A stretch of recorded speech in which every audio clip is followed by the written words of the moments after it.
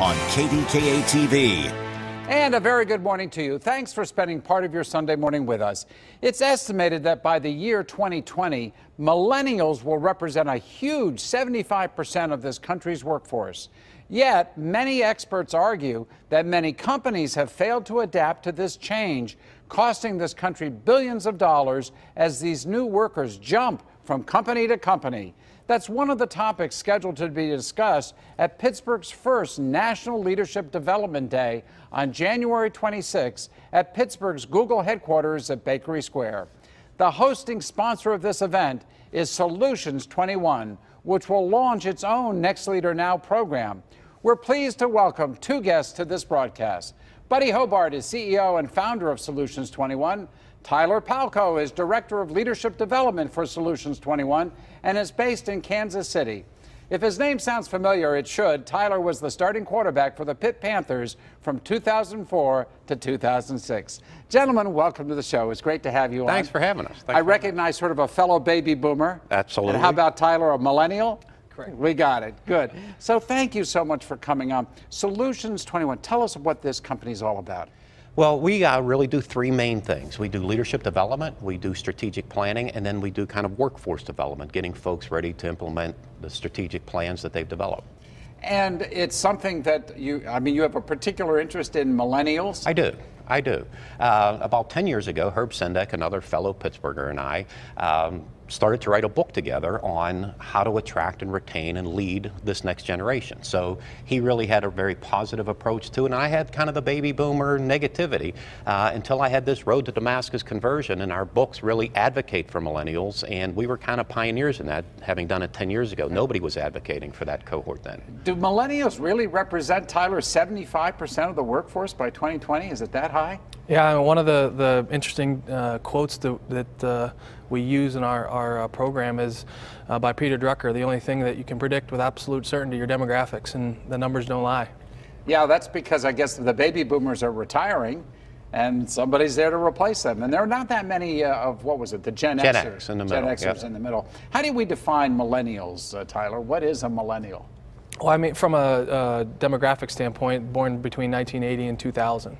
1980 to 2000. Yeah. So it's a fairly good stint of time, 20 years. How are millennials different in the workforce? Well, you know, you could go back to Socrates on people complaining about the next generation, but there are some significant differences, and one of them is pure numbers, is there are more millennials than there were baby boomers, okay? Really? And the baby boom was really in allied countries following World War II, but the millennial situation is global. Okay, so it's not just in allied countries, it's across the world. There are more millennials in China than there are population in the United States. That doesn't surprise me in some way, and even though they had a one-child rule for so many years. From your standpoint, Tyler, how are millennials different, as you, somebody in the workforce, how do you see millennials different from the rest of us? Well, I don't really think that there's a huge difference. I think the conversation, really, what we're trying to convey is the difference between the approach to developing us as opposed to how you guys were developed. And I think that's really what we're focusing on, and really what the conversation is around, the difference between 20th century tactics and 21st century tactics. Right, and I think companies need to know that, because my experience with millennials is, number one, their expectations are pretty high. They want to be doing significant things, and they want to do them faster. They want to get paid for it. They want to be rewarded. They care about vacation time and personal leave. They want to have the ability to kind of go out and do their own thing. They tend to embrace certain causes, social and otherwise, and they want their companies to back those causes. I mean, I don't know if these are just my sense of what millennials are about, but Buddy, you're the expert. Is that true? It's absolutely true. And they've had a lot of myths attached to them, some real falsehoods that need to be broken down. And I'll tell you, where I had my Road to Damascus conversion, where I went from prejudiced baby boomer to advocate, is that one of the big differences is that other generations tried to separate like work-life balance. Okay, right. And I tease baby boomers and ask them, how's that working for you? Right. Because it doesn't work, right? No, it doesn't. But millennials really look at this as life. Like if you go to work, that's how you're spending your life. If you're working on this project, that's how you're spending your life. If you're my boss, I choose to have you lead me. I kind of like the millennial approach to this. Absolutely. We only have a minute or so left. Tell us about this conference. What is it that you hope to accomplish at the conference?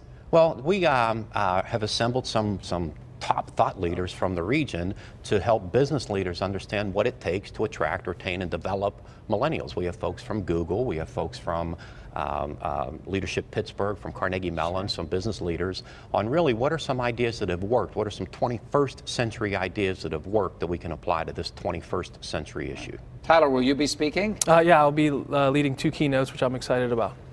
Can you give us a hint? What are you going to talk about? Well, obviously, the website has an extreme example of what I'll be talking about, but really about what's leadership look like in the 21st century, and how do you go from individual contributor to really well-respected leader as a young up-and-coming talent in the workforce. Does playing football help? There's a lot of similarities of being a quarterback and preparing yourself, to lead and how to look like a leader, how to act like a leader, and really, transfer that into the workforce. So there's a lot of similarities. I'm not surprised by that at all. And I also would add that I think military experience can often help in terms of those leadership skills. And although you don't have to be, again, in the military or play football to be a good leader. Is this open to everybody, buddy? Can it absolutely come? Absolutely is. If they go to the website, they'll be able to register.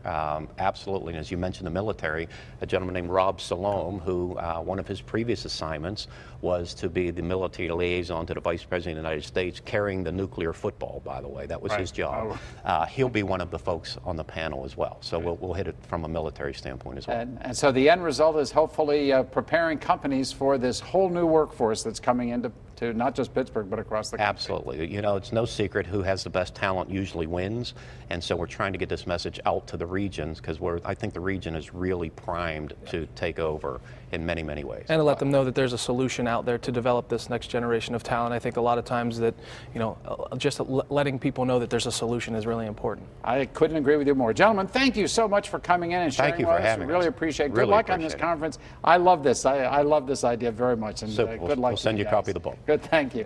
When the Sunday Business page continues, Grove City College and its different approach to higher education.